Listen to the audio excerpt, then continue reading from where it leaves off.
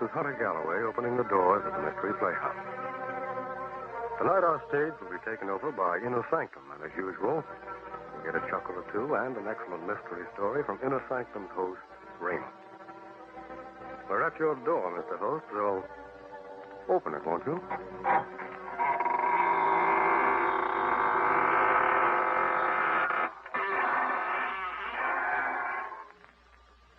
Good evening, friends of the Inner Sanctum.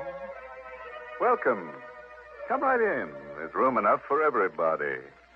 As a matter of fact, the more bodies, the better. Don't be surprised by the gloom. It's our new paint job. In black, so the bloodstains won't show.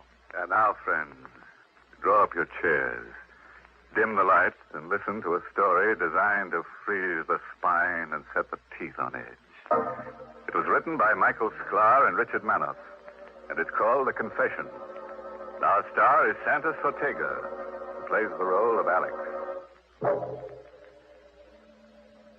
The last thing I remembered was the gunshot, the thud of the bullet, and the burning pain in my stomach. And everything got black. When I regained consciousness, my impression was of blinding whiteness. There, don't try to move, Mr. Sturgis.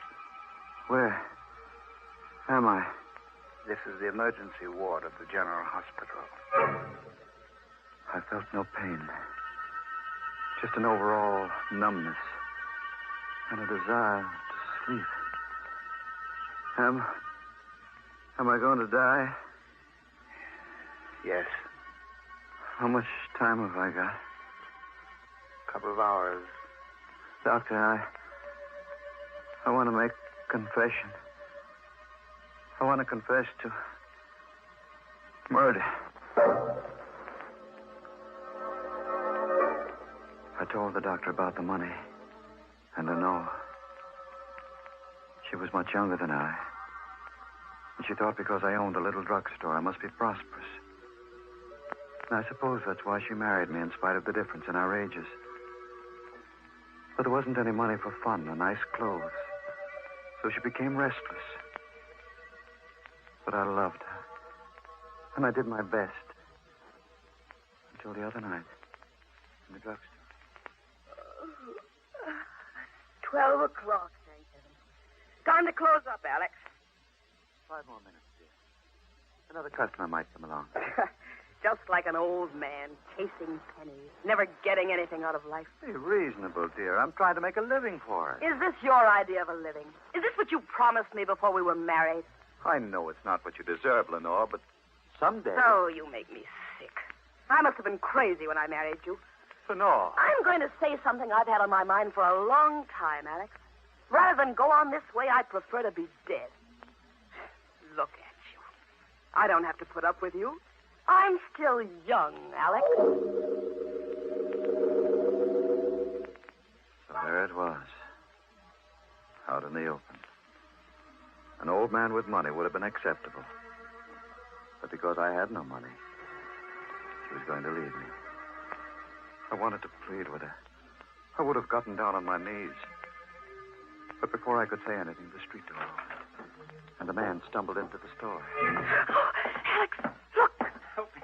Quick. I'm wounded. I helped the man to a chair.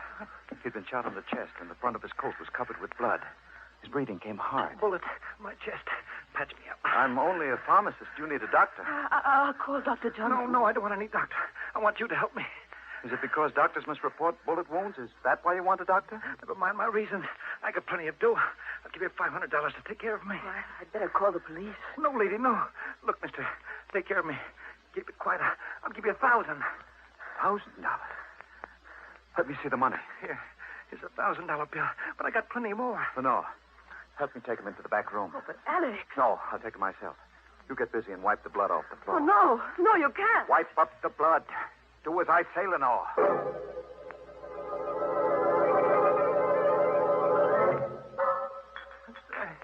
What's taking you so long? I'm looking for a certain medicine among these bottles. Give me something to stop the bleeding. Hurry. I'll be ready for you soon. Oh, Lenore, did you get the floor clean? Yes, it's clean. How is he?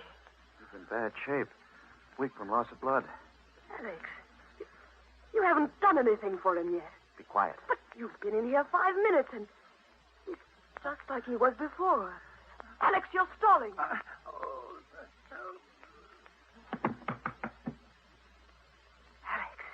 Let him lay there. But he's dying. I know. Alex, call the police. No. Are you going to let him die? Yes. That's as bad as murder. I didn't shoot him. It's not my fault if he dies. No. He's got money. Thousands of dollars. No one knows he came here. This is our chance, Lenore. What do you mean? I'm going to let him die. Take his money, and then get rid of his body.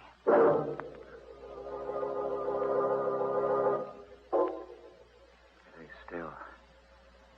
I stooped and went through his jacket.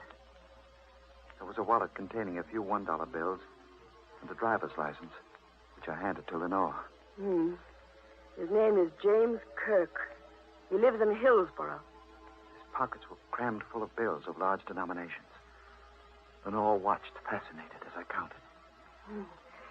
How much is it, Alex? A little over $78,000. We're rich, Lenore. I'm frightened. There's nothing to be afraid of. All we have to do now is wait until he dies and get rid of the body.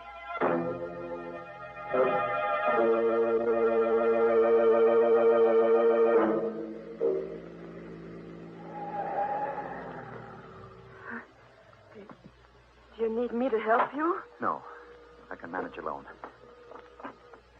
This body's heavy. Yeah. Through the door. Oh, Alex, he's still alive. Yes. What are you going to do now? It's dangerous to wait here until he dies. Anyway, what difference does it make? He'll be dead when he goes into the water. No, that's murder. Call it what you like. We've gone too far now to stop. You wait in the car.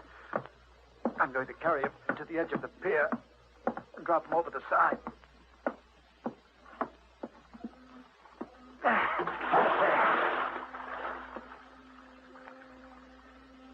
He's gone.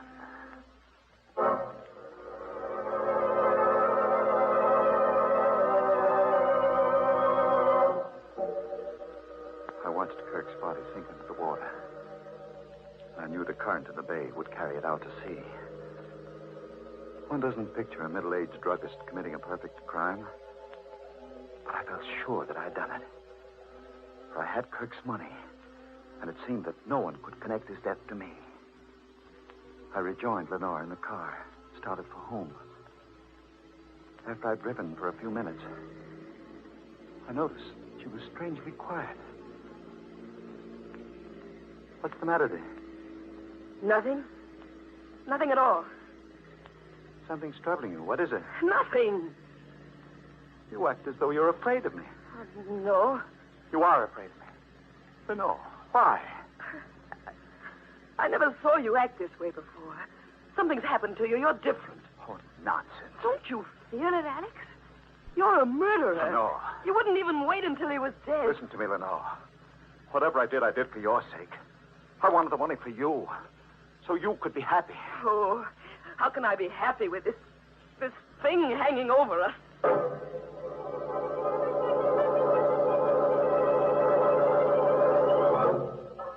We had breakfast the next morning in absolute silence. Then Lenore went to open the store, while I wrapped the money in a parcel, took it to the bank, placed it in my box in the safe deposit vault. No one paid any attention to me, although the bank was swarming with police detectives. From the bank, I went directly to the drugstore and found a man there waiting. Sturgis? Yes? Biggert is my name. Mark Biggert. What can I do for you? I'm an insurance company detective, Mr. Sturgis. I'm investigating the First National Bank robbery for my company. I want you to tell me everything you know about that robbery.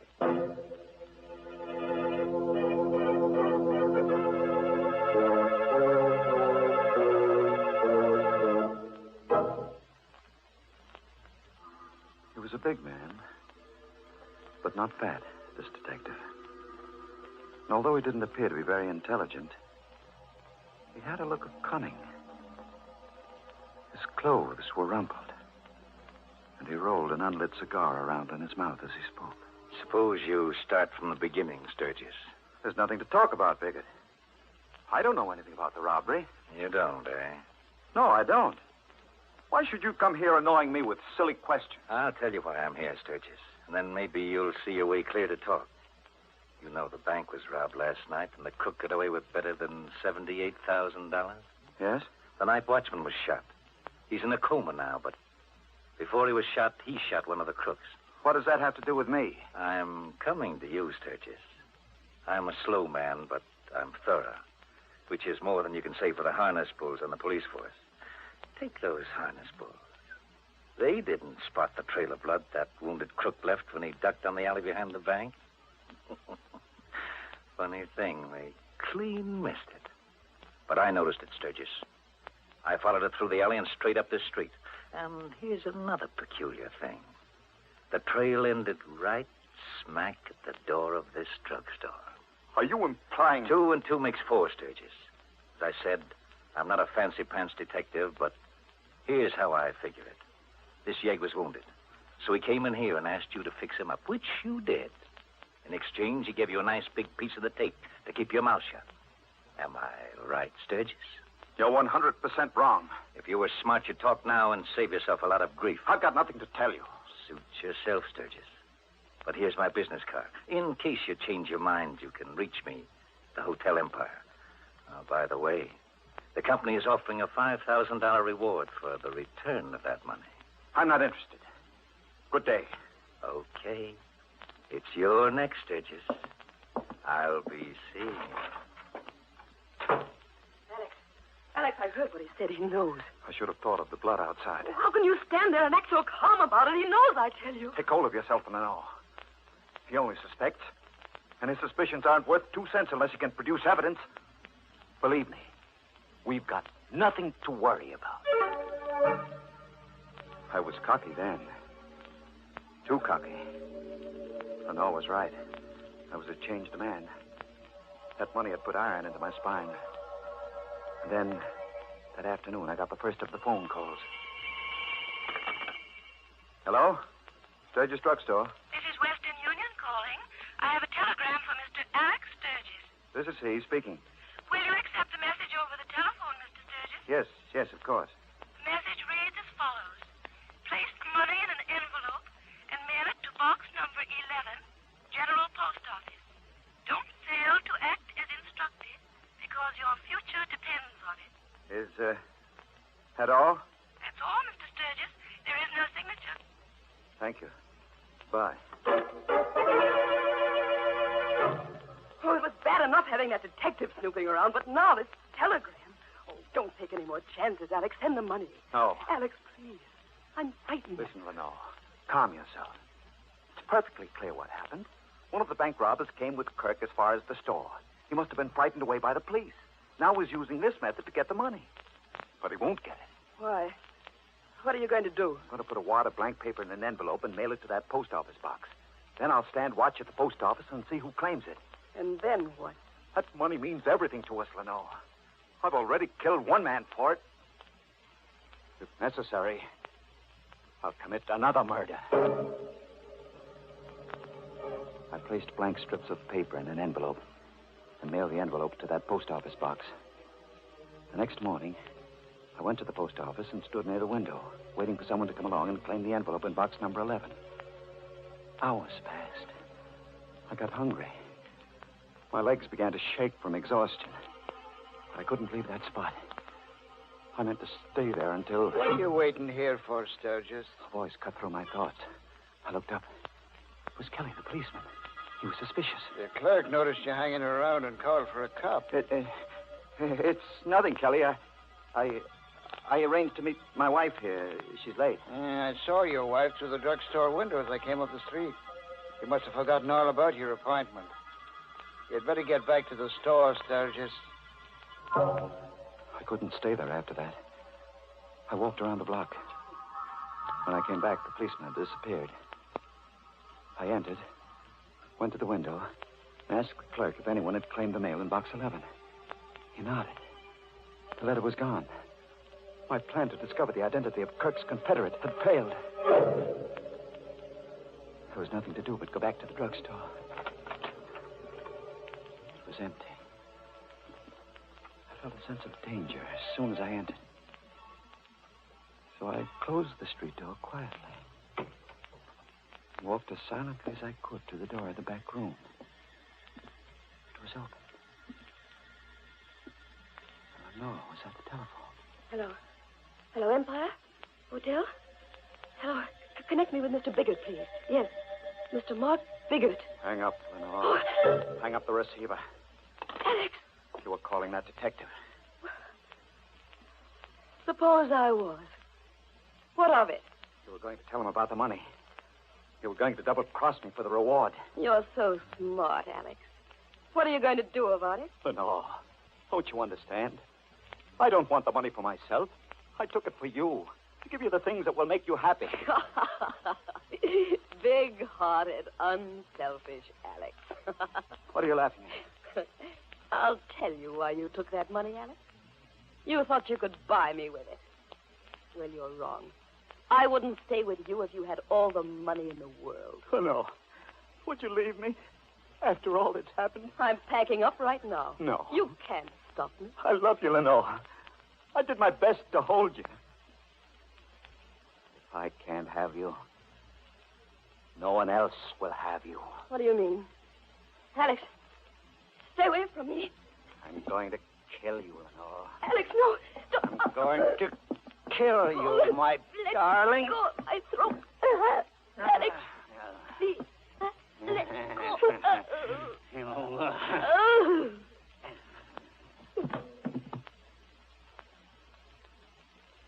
She's dead. All men kill the thing they love. And I've killed you, Lenore. I felt empty, drained of all emotion. I buried her body in the cellar of the drugstore. I was even a bit glad that it ended in this fashion. For now, Lenore would be with me forever. Did I say it was ended? I was wrong. I found no peace. For the very next morning, Biggert came to the drugstore. Good morning, Sturgis. Nice morning, isn't it? What do you want? Just stopped by to have a chat, Sturgis. Been giving a lot of thought to the First National Bank robbery. You know, that night watchman came out of his coma this morning. Why, tell me about it. I thought you might be interested. Here's an angle, Sturgis. The watchman says the robbery was pulled by only one man. One single crook, and he was shot. Nice angle, isn't it? Is it? Yes, it gave me a new idea, Sturgis. Now, I'm no Sherlock Holmes, but I figure it this way. That crook came in here and asked you to fix him up. We've gone through this before. I'm going to take it a little further, Sturgis. The crook asked you to fix him up, but you got a peek at all that money. So you let him die, took the money, and disposed of the body. How's that for a figure? Very clever. Can you produce the body? No, the police haven't been able to locate it, but I'm not discouraged, Sturgis. Those harness bulls aren't very smart. I'll find that body. And when you do? I'm an insurance company, Dick Sturgis. I want that $78,000. When I find that body, I'll come around here and you'll cough it up. I've told you before, I know nothing about that robbery or the money. Now I've got work to do. Suppose you run along. Okay, Sturgis. So long.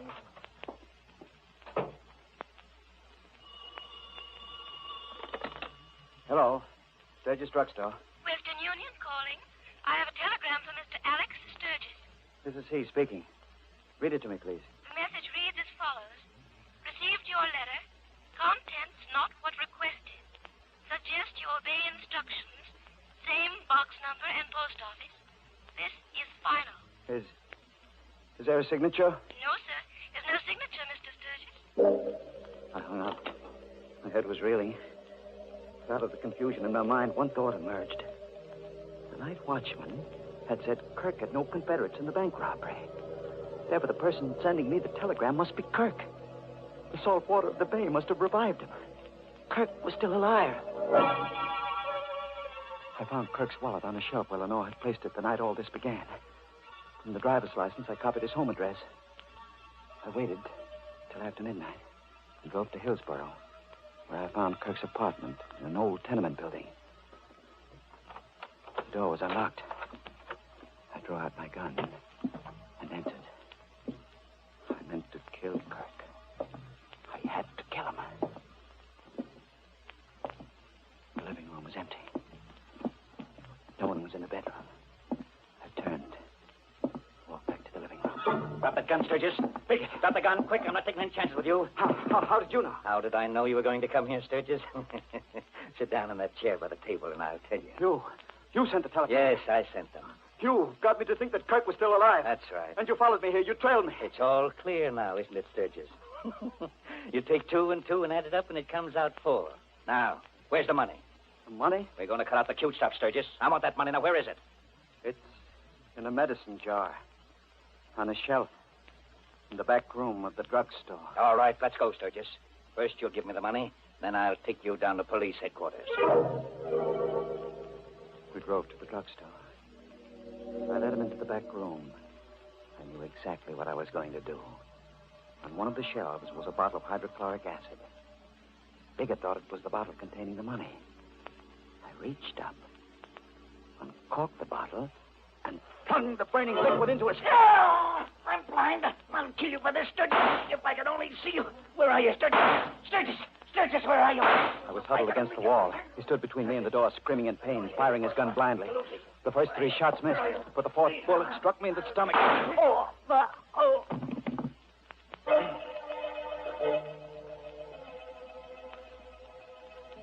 The last thing I remember is Bigot running out of that room, shouting for help.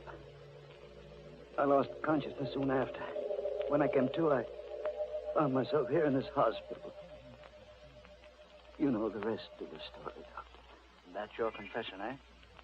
That's my confession. Did you get all that down on paper, Mr. Biggert? Got every word of it, Doctor. Bigot, how did you get here? I thought hydrochloric acid. You thought you blinded me permanently, but not enough of the stuff get into my eyes to do any real damage. Lenore.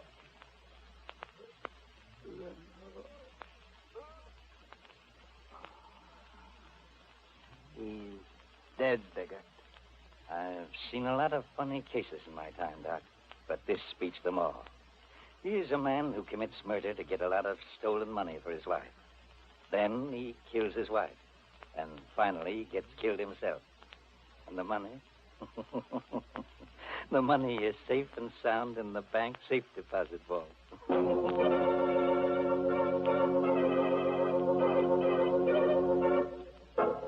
Oh, what a pity. Exit Sturgis. Yes, Biggert smoked him out just like a poor fish. Smoked Sturgis.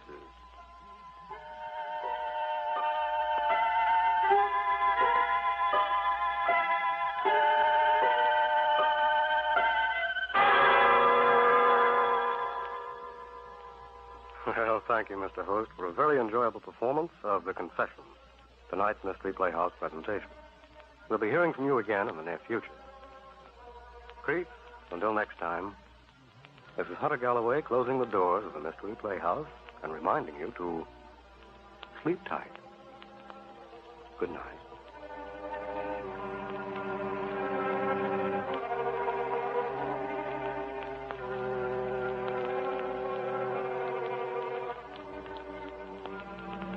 This is the Armed Forces Radio Service.